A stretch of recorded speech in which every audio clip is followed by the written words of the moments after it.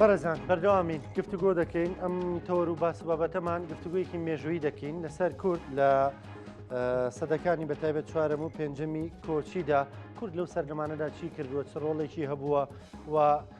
دەکرێت بە چه سەردەمێکی ناوبەرین بۆ کورد میوانەکەمان زۆر تایبەتە وەکو خۆی وتی ئەمە یەکەم چاوپێکەوتنی تەلەڤیزیۆنیەتی لە مێژووی خۆیدا ئەمە شەرەفێکی گەورەیە بۆ ئێمە زۆر بەڕێز دکتۆر ئیسماعیل شەمس پسپۆری مێژوو دکتۆر سڵاو لێبێ بە خێراتی زۆر سپاس من زۆر خۆشحاڵم بەڕاستی نەشم زایمە یەکەم چاوپێکەوتنتە خۆدا بەڵێ لەسەر مێژووی کورد بڵێ بە خێراتی سەر چاو زۆر بەخێر بی دکتۆر تۆ لە دوو بەرێکدا دەتەوێت پێمان بڵێ بە خوێنەر بڵێ کە کورد چ ڕۆڵێکی هەبووە لەو سەردەمانەدا با منم بکەم بە پرسیار ئێمە زۆر جار قۆناغەکانی مێژووی وە کورد لە قۆناغەکانی مێژوودا مێژووەکە ونە بزرە نازانین چی کردووە ئەوەی تۆ پێگەیشتووی لەو سەردەمانەدا کورد چی کردووە لەکوێ بووە بەچیەوە خەریک بووە سلااو ڕێزم هەیە بۆ ئێوەی خۆشەویست زۆر سپاس بۆ بانگشتکردنتان و هەروەها سلااوی هەموو بینەرانی عزیز و خۆشەویست دەکەم ئەم کتێبی بوژانەوەی کورد لە سەدەکانی چوارەم و پێنجەمی کۆچی لە خۆیە مانایەکی هەیە بوژانەوە ینی دووبارە هەڵسان دووبارە هەستان دووبارە دەرچوون هەروەکو دارەکان کە لە پاییزە خەزانەکەن و لە زستانە ئەوە شۆیەکی ڕەش دووبارە دەبینی ئەو دارە ڕەشەکە لە دوورە لە زستانە ڕەشە هیچ بەرگ و گوڵێکی پێوە نییە بەهار کە دێت ئەو دارە دووبارە سەوز دەبێت بوژانەوە ئەوەیە بەڵام بوژانەوە لە مێژوو بەتایبەت مێژووی کورد لەم قۆناغە لەسەر ئەم ئەساسە داڕێژراوە کە دوای ئەوە ئیمپراتوریەتی عەرەبی لە سەردەمی ئەمەویەکانە دروستکرا کورد بوو بە بەشێک لە دەسەڵاتی ئەمەوی یعنی ئێمە لە سەردەم ئەمەویەکانە ویلایەتێک بە ناوی کوردستانمان نەبوو ئەمە بەم واتایە نییە کە واقعیەتێک بە ناوی کوردستان یا جۆغرافیایەک بە ناوی کوردستان یا خەڵکێک بە ناوی کورد نەبوو نا ئەمە ئەگەڕێتەوە بۆ نەزمی ئیداری حکوومەتێک ئەو حکوومەتە بۆ دەڵێم ئەمەویەکان چون لە سەردەمی ئەمەوی حکوومەت بە واتای دامەزراوێکی سیاسی کە نەزمێکی ئیداری و دیوانی هەبێ دامەزرا ئەو کاتەکە معاویە چوو بۆ شام لەوێ حکوومەتی ڕۆمیەکان هەبوو لە پێشدا و ئەو لەسەر ئەساسی حکمی ڕوومی هات نظامێکی دەوڵەتی ڕێکخست و دواتریش عەباسیەکان کە هاتن بۆ بەغدا یا تیسفۆن ناوەندی پێشووی ساسانیەکان ئەوانیش زۆرتر لە ژێر کاریگەری ساسانیەکان بوون حکوومەتی ساسانیەکان بوون کەواتە کورد لە سەردەمی خلافەتی ئەمەوی و دواتر عەباسی ئەو شوناسەی بوو بە بەشێک لە شوناسی ئیسلامی یعنی شوناسی عەرەبی خلافەتی عەرەبی پێ دوایە تواوەتەوە کورد لە نێو شوناسەدا نانە ئێمە کاتێککە دەڵێن کورد دەبێ لە بیرمان نەچێ کە زۆر بەگشتی قسان نەکەین کورد کاتێککە دەڵێن کورد لە وڵاتێکی بەرفراوان دەژیت خەڵکێکی بەرفراوانە زمان و کللتورێکی ڕەنگە هاوبەشی زۆرە بەڵام جیاوازیشی هەیە ئەوەیە کە لێرە ناتوانین بەگشتی بڵێین کورد تواوەتەوە یا کورد لە ناو سووە یا کورد ماوە. لە دکتۆر؟ باسی مێژوو من زۆرتر مێژوو دیسکورسیو دەبینم، گوتاری دەبینم. یعنی لە باسی گوتاریدا هیچ گەلێک هیچ بیرۆکەیەک نامرێت، دەچێتە پەراوێز، ناتوێتەوە، دەچێتە پەراوێز، لە ناوەند دەچێتە پەراوێز. کوردیش دوای ئەوە کە بوو بەشێک لە خلافەتی عباسی بە جیاواز خۆ بەشێکی کورد ئەگەر نزمی ئێداری عباسیەکان چاوی لێ بکەین بەشێکی ناوی سەواد العێراقە. باشە؟ خۆ سەواد العێراق بۆ خۆی ئەم وشە دروستکراوە. سەواد العێراق وشەیەکە کە ئەنجامی دەسەڵاتە، دەسەڵاتی هێزە، دەسەڵات و هێزە. یعنی ئەو زمانە ئەم زمانە ئەنجامی دەسەڵاتێکە، زمان بۆ خۆی تەنیا یەک وشە نییە، زمان ناوەڕۆکە، زمان مێژووە، زمان کللتورە. کاتێک کە دەڵێ سەوادی عێراق، ئەو سەوادی عێراقە سەوادیانی ڕەشی. عەرەب کە هات کاتێک هات لە تەیسفۆنی کە گرت مەداینی کە گرت هات بەرەو ڕۆژهەڵات بۆ ناوچەیە کرماشان و بۆ کوردەواری ئاخرەکانی پاییز بوو. شەڕی جلەولا ئێستا کە ئێمە دێین مێژووی شەڕی جلەولا بەراوەردەکەین لە کاتێک بووە کە جێژنێک دەڵێن جێژنێک لەوێ بووە و خەڵکەکە بۆ جێژن هاتووەتە دەرێ. عەرەب لە کاتێک هێرشی کردووەتە سەر خەڵکەکە لە پاییزە. یعنی سەواد العێراق بۆچی ئەوە ناویان ناوە سەواد درەختەکان ڕەش بوون. ئەو وڵاتە لە دوورە ڕەشایەتی دیار بوو. بعد دواتر کە ڕەشایەتی دەچوو هاتن بە کوردستان کوتیان جیبال. یعنی ئەوان لەبەر چاویان ئەڵێن ئێستا مەسەڵەن جەماعەتێک ئەڵێن ناوی کوردستان نییە. ئاخر ناوی کوردستان چۆن بێ؟ تۆ ئەو وڵاتە لەژێر کاریگەری نەزمێکی ئێداریە، بە جێگەیەکی دەڵێ جیبال، بە جێگەیەکی دەڵێ سەواد العێراق، بە جێگایەکی تری دەڵێ جەزیرە. جەزیرە بۆ چون لە نێوان ڕووباری فورات و دجلەیە و لەم لاوە خاپورە پێی دەڵێ جەزیرە.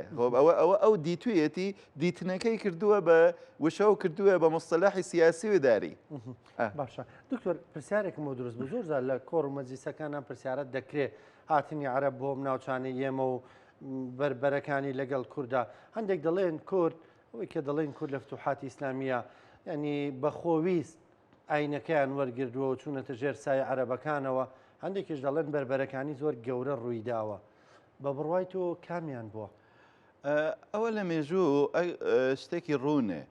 ئەلبەت مێژوویە کە نووسراوە ئێمە بەڕاستی نازانین ڕاستیەکان چین، واقعەتەکان چین. چون ئەو مێژووی ئیسلامی لای کەم 100 ساڵ دوای ڕووداوە کە نووسراوە و حەدەسە فۆلان عن فۆلان عن فۆلان 5 جیل 5 نەسڵ قسەیەکیان کردووە بۆ ئەم و تا گەیشتووەتە مەسەڵەن مێژونووسی گۆکتە بەریا بەلازێری. ئەوەیەکە نازانین ئێمە ڕاستیەکان چییە. بەڵام هەر لەسەر ئەو شتە کە نووسراوە لەوێشە ئێمە وانییە کە یا شەڕمان بوو بێ یا ئاشتی. لە بڕێ جێگا شەڕ بووە، لە بڕێ جێگا ئاشتی بووە. زۆر جێگا ئێمە دەبینین ئاشتیە. بۆ نمونە لە ئازەربایجان لەوێ بە سڵحە حوزەیفە بەلازری دەڵێ کە حوزەیفە سڵحە کاتە گوالی ئازەربایجانە و یەکێک لە مەرجەکانی سڵح چییە؟ یعنی ئەمانە خەراجە دەن پارە دەن بە نوێنەری عەرەب فەرماندەی عەرەب دەڵێ بەو مەرجە کە یەکی لە مەرجەکانی ئەو سڵحنامە ئەوەیە کە کوردەکان لە دینیان ئازاد بن و لە جێژنەکانیان هەڵپەڕن وەزەفن فی ئەعیادیهم. یعنی بەس ئەمە لەوێ دەبینین ئەوە سڵحە. ئەمەی باسی یەکەم ئەمە لە ئازەربایجان لە هەموو جێگایەکی تریش وایە. لە دینەوەریش زۆر جێگا شەڕە، زۆر جێگای سڵحە. یعنی ناتوانین بە یەک قاعدە ئەگەر ئەمە مێژونووسیە ئەگەر من بە ڕوانینێکی ئایدیۆلۆژیک چاو لە مێژوو بکەم ئەوە ئێتر شتەکە جیاواز دەبێت. ڕوانینی ئایدیۆلۆژیک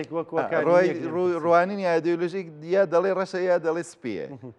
واتە نە ئاشتی تەواو نە شەڕی تەواو. بەڵێ جێگایەک شەڕە جێگای گاشتیە. اینجا شتێتری کە زۆر پێویست ئەویش باز لە فکریە لە ئایدیۆلۆژیە نابینرێت فەرق ناکە تەواوی ئایدیۆلۆژیەکان ئەوەیە کە قۆناغی فتح یا قۆناغی داگیرکردن یا قۆناغی پیرۆزبوونی پیرۆز نە بە مانای سەرکەوتنی عەرەبی موسڵمان تەک قۆناغی بە ئیسلامبوونی کورد و قۆناغی جیاوازن ئەوانە نابێت تێکەڵ بکرێن یعنی ئەمڕۆ توێژینەوەکان بە ئێمە پیشانەدەن کە تەنانەت لە سەردەمی ئەمەویچ یعنی نزیکە 50 ساڵ دوای فتوحاتیچ 50 ساڵ دوای هاتنی عەرەبی موسڵمان بۆ کوردستان هێشتا نزیکەی 7% خەڵک موسڵمان بووە یعنی موسڵمان بوون ئەنجامی شەڕ نییە ئەنجامی ئەو هێرشە نییە هێرشە بەرحاڵ خەڵکی تر بە زمانێکی دیکەیان هەیە فۆلکێکی دیکەیان هەیە هاتوونەتە ئەم وڵاتە ئەمە زۆر منطقی نییە کێ لە هەنگاوی یەکەمە ئەو خەڵکە موسڵمان بێت دینێک کە زمانەکە شتێترە خەڵک زمانەکە تێناگات هەر لە ڕۆتەکە تێناگات ئێمە ناتوانین ئەو دوانە وەکو یەک چاوی لێ بکەین ئیسلامی بوون دەبێت لە قۆناغی فتوحات جیا بکرێتەوە زۆر باش دکتۆر پرسیارێکی تر زۆر جار دەکرێت کورد دەڵێن لە مێژوودا هەستی کوردانەی نەبووە ئمە دەزانین مەسلەی ناسیۆنالیزم 100 ساڵێک یعنی ئەو پەڕی 200 ساڵێک کە سەری هەڵداوە بەڵام زۆر جارێ مام ڕخنەیە دووبارە دەکرێتەوە تەنانەت دەم ڕخنەیە ئاراسی سەلاحەدینی ئەیوبی و کوردەکانی دیکەش دەکرێت کە لە مێژوودا کاریگەر بوون دەڵێن هەستی کوردانەیە نەبووە تواونەتەوە لە نێو ئایدۆلۆژیادا لە نێو دیندا ئایا مە ڕخنێکی منطقیە لەم سەرکردانە و هەموو ئەوانە دەگیرێکە لە مێژوودا کاریگەر بوون ئەمیشە ئەویش بیرۆکەیەکی ئایدیۆلۆژیکە بەڕاستی ئەمە لە زانستی مێژوویی پێی دەڵێن ئاناکرۆنیزم یا هاوکاتبوون باسی ناسیۆنالیزم باسی نەتەوەگەرایی باسێکی تازەیە بەڵام ئەمە بەم مانایە نییە کە پێش سەدەی ئەخیر ئیدی کەس نەیزانیوە کە کوردە یا کوردبوون بۆ هیچ گرنگ نەبووە هابزبام کتێبێکی هەیە لەسەر نێشنەل نەشنالیزم لەوێ دەڵێ ئێمە قۆناغێکمان هەیە بە ناوی قۆناغی نەتەوەگەرایی کە دوای پەیمانی وستفالیا و ئەم 200 ساڵە لە ڕۆژاوا و لە ڕۆژهەڵاتیش دوای شەڕی یەکەمی جیهانیە زۆرتر ئەو دەوڵەتانە لەسەر ئەساسی فکرەی قەومی و نەتەوەییدا دەمەزرێن بەڵام پێش ئەو قۆناغە دەڵێ قۆناغێکمان هەیە پێشنەتەوە قۆناغی پێشنەتەوە چییە؟ یانێک دەڵێ یا سەرکردەیەکی مەزن یا سەرکردەیەکی سیاسی مەزن یا سەرکردەیەکی ڕۆحانی مەزن هاتوون هۆزەکانیان هۆزی جیاواز خێڵی جیاواز ئەمانەیان وەکو گرێداوەوە یەکتر هەستێکی نێوان هۆزەکانیان دروست کردووە بە پێی ڕوانگەی هابزبام ئێمە پێش قۆناغی مۆدێرن قۆناغی پێشنەتەوەمان هەیە لە قۆناغی پێشنەتەوە لە کوردستانە ئەگەر ئێستا کاتەکە کەمە یەکێک لە گەورەترین سمبۆلەکانی ئەم بیرۆکەی هابزبام سەلاحەددینە لە بواری سەرکردە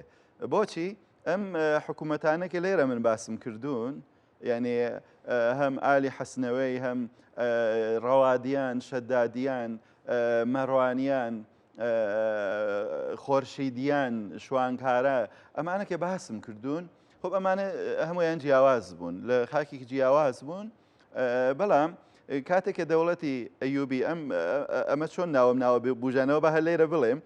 وتم ئەوە کە کورد چووە پەراوێز دوای حکوومەتی عەرەبی لە سەدەی سێهەمە کورد هاتەوە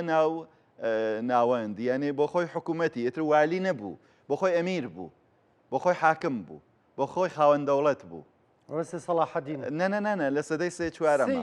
سەدەی چوارەمە یەکەم جار دەیسەمی کوردی ئەو ئیشیە کرد ئەدەی سەمەل کوردی دواتر ڕەوادیەکان شەدادیەکان مەڕوانیەکان بەمانە ئیبن دەڵێت دەوڵەت مەڕوانیە یا ئەدەوڵەت شەدادیە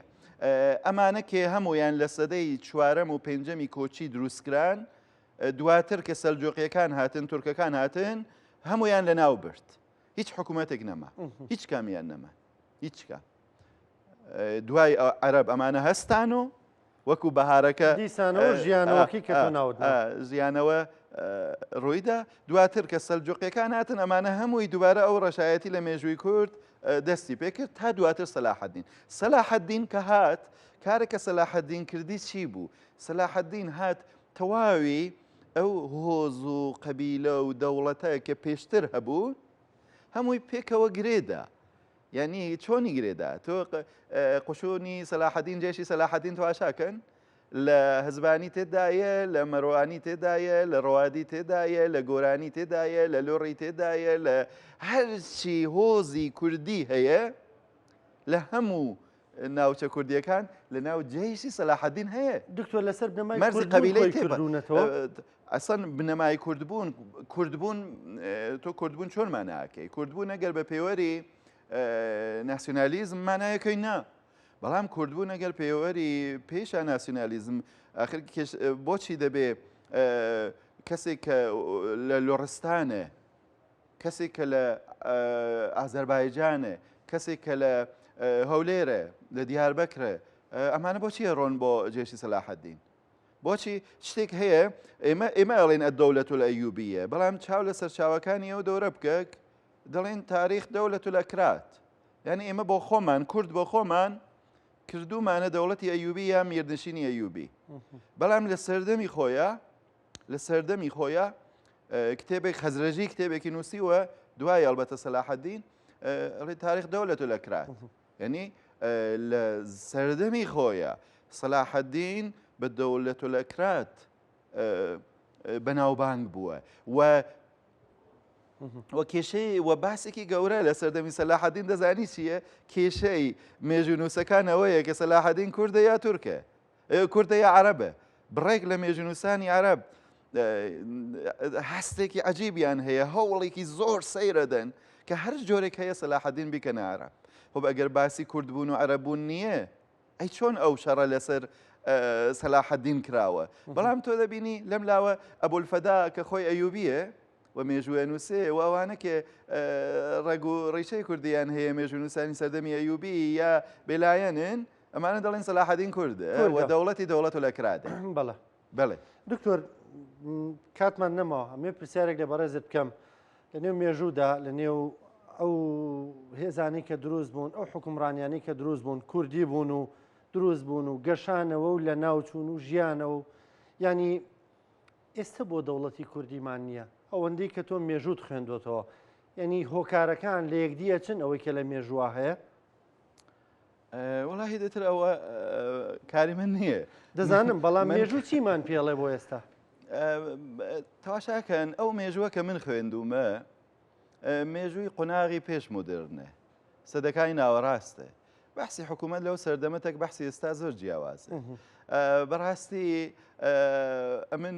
لەو باوەڕاندا نیم کە ئێمە زۆر بتوانین لە مێژووی 1000 ساڵ لەمەوبەر بۆ مێژووی ئەمڕۆ دەرس وەربگرین یا لە مێژوو ڕێگە چارە لە مێژوو بدۆزینەوە ئەوە یەک پرسیاری وەڵامی ئەو پرسیارە من وا دەزانم دەبێ ئەهلی سیاست کە ڕۆژ دەناسن ڕۆژگارەکە دەناسن ئەهلی سیاست ئەو شتە ڕوون بکەنەوە بەڵام تا جێگایەک بەحسی من بێ پەیوەندی بە منەوە هەبێت ئەوانەکە لە قۆناغی پێشنێتەوە لە قۆناغی پێشنێتەوەیەتی حکوومەت وەدەستیانەوە بوو دروستە مەسەڵەن لە سەردەمی پێشنێتەوە هەروە وتمان ئەو گوتارە ئیسلامی بوو دیانەتی بوو بەڵام لەژێر ئەو گوتاری گشتیە ئیسلامیەتی هەروە کە وتم بەحسی کورد و عەرەب و تورکیش هەیە هەروە کە دەڵێ تاریخ دەوڵەت الئەکرات دواتر مەمالیک دێنە جێگەی سەلاحەدین دەڵێ دەوڵەت الئەتراک ئەمە پیشانەدا کە بە هەرحاڵ ئەم شتە هەیە ئەیجا ئەو کەسانێکی لە سەردەمی کۆنا گەیشتن تا سەدەی سەردەمی مۆدێرن ئەمانە بۆیان دەرفەت ڕۆخساکە دەوڵەتەکەیان نوێ بکەنەوە بۆ کورد حکوومەتی سەلاحەدین لە ناوچوو بۆ حکوومەتی سەلاحەدین لە ناوچوو ئەگەر حکوومەتی سەلاحەدین کە حکوومەتێکی با بڵێن پێشنێتەوەیی بوو وەکو حکوومەتی عوسمانی بمانایە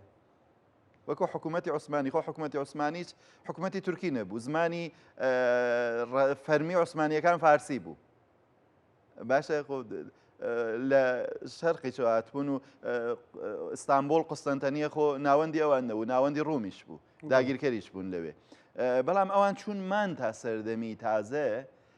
گیان سەخت بوون مان تا سەردەمی نوێ لە سەردەمی نوێشا لەسەر ئەساسی ئەو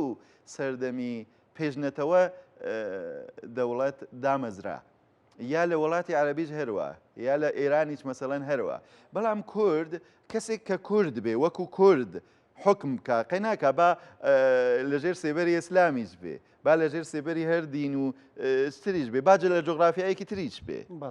بەڵام وەکو کورد کاتێک کە ئێمە هاتینە قۆناغی مۆدرن هیچ کەس وەکو کورد نەبوو کە حکمدار بێ حکمدارمان نەبوو تا جێگەیە کە بڕیاری من ئەوەی چە دواتریشی ئەوە باسی نێونەتەوەیی و باسی پەیمانی سایکس پیکۆیەوە سوێرە و ئەو دەورە پیسەکە ڕۆژاوا بینی یعنی بەڕاستی دۆرێکی زۆر ناخۆش و پیس و ناحەق ئینگلیز و رووسیا و فەڕەنسا بینیویان لە سەردەمی نوێ کە ئەوەی دی بەحسی خەڵکی سیاسیە و بەحسی من نیە زۆر زۆر سپاس بەڕێز دکتۆر ئیسماعیل شەمس پسپۆری مێژوو سپاس دەکەم سپاس بۆ بەشداریکردن لەگەڵمان دەستخۆشی کتێبەکەت لێکەین ئەمە کارێکی گرنگە و بێگومان وەکو سەرۆرتێکی نیشتیمانی دەمێنێتەوە سپاس دەکەم من دەبێ هینێکی دەتوانم شرۆڤەیەکی کورتیش لەسەر کتێبەکە بدەم زۆر بەخێر بەڵێ بەڵێ ئەو کتێبە سەرەتاخۆ بە زمانی فارسی نووسراوە پێشتر لە ئێران لە ژێر مێژووی گشتی لە ئەنسیکلۆپیدیا دایرەت المعارف چاپ کراوە بەشێکی زۆر لە بابەتەکانی بۆ دواتر بە هەوڵ و ماندووبوونی کاکە سەلاحی ئاشتی وەرگێڕاوەتە سەر کوردی ئەلبەتە وەرگێران نییە بەڕاستی چون دووبارە خوێنیمان کردووەتەوە و هەر وشەیەکیش کە کاک سەلاح کردوویەتی کوردی ئەمن خۆم دووبارە خوێندومەتەوە من پێم خۆش بوو بە دەقێکی کوردی جوان و فۆلک و خۆماڵی بنووسرێ